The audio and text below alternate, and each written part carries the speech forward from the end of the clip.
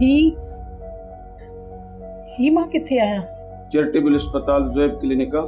मां डॉक्टर बीठो आहियां, तव्हांजो इलाजु हले पियो। तव्हां इंशाल्लाह ठीकु थी वेंदव। नादर किथे आहे? कीअं आहियो? मूंखे ॿुधायो डॉक्टर साहब, नादर कीअं आहे? नादर ॿिए रूम में दाख़िल आहे, हुनजो इलाजु हले पियो। उहो इम्प्रूवमेंट में हुन में अची वई आहे, उहो हाणे ठीकु आहे, हाणे बहितर आहे।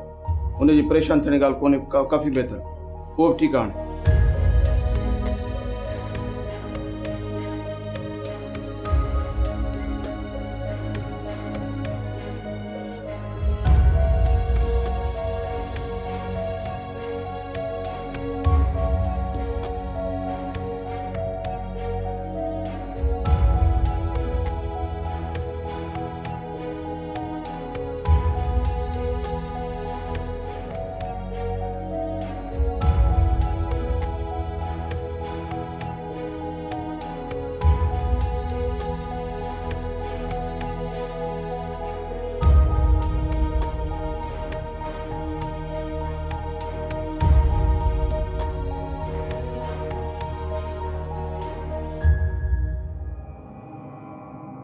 बरुपुट दे हाल वाल सदोरी किथे आ? नादर कीअं आ? दुश्मन जो लाश किथे आ? अबा खैरियत नाहे। नादर जी हालत ठीक नाहे। नादर ऐं सदोरी अस्पताल में आहिनि। गुलू गायब आ। मूं केस दाख़िल कराए छॾियो। हाणे मां अस्पताल पे वयुसि। अस्पताल केरु आ? सदोरी भी जख्मी आहे छा? बाबा अस्पताल में सालार, महरूब ऐं सुल्तान आहे। तव्हां को बि फिक्र न कयो। अवां जी जेका सदोरी आहे न, एतिरो जल्दी कोन मरंदी। अञा अलाए केतिरा मराई। बरुपुट ही वक्त जज्बात जो नाहे, होश ऐं हवास में रहण जो आहे।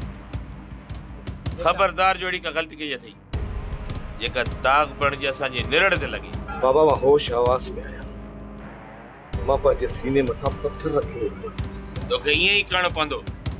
बाक़ी नादर जो असांखे अफ़सोस आहे। नादर ग़लती कई। नादर जेकॾहिं असांखे वठी हलिया न, त नादर खे कुझु बि कोन थिया। नादर खे इहो अंदाज़ो हुयो त गुलू किथे हूंदो, छो जो नादर गुलू जो दोस्त हो। पोइ तव्हांखे कीअं ख़बर पई त सदोरी खे गुलूअ किथे रखियो आहे? असांखे बि खुड़क पई, पर असां जॾहिं हुते पहुतासीं न, त सभु कुझु ख़तमु थी चुको हो।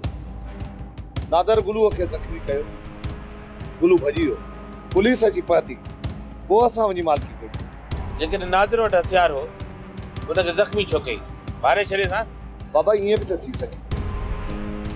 नादर गुलू खे सम्झाइण जी कोशिश कई हुजे। ख़ैर, हू पाण में दोस्त हो।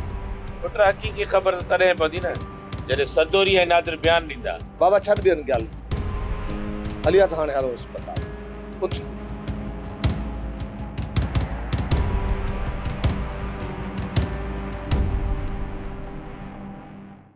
सोप सीरियल सिंध जाई तमाम एपिसोड्स ॾिसो हाणे HD क्वालिटीअ में। विज़िट करियो असांजो YouTube channel Sindh TV HD drama.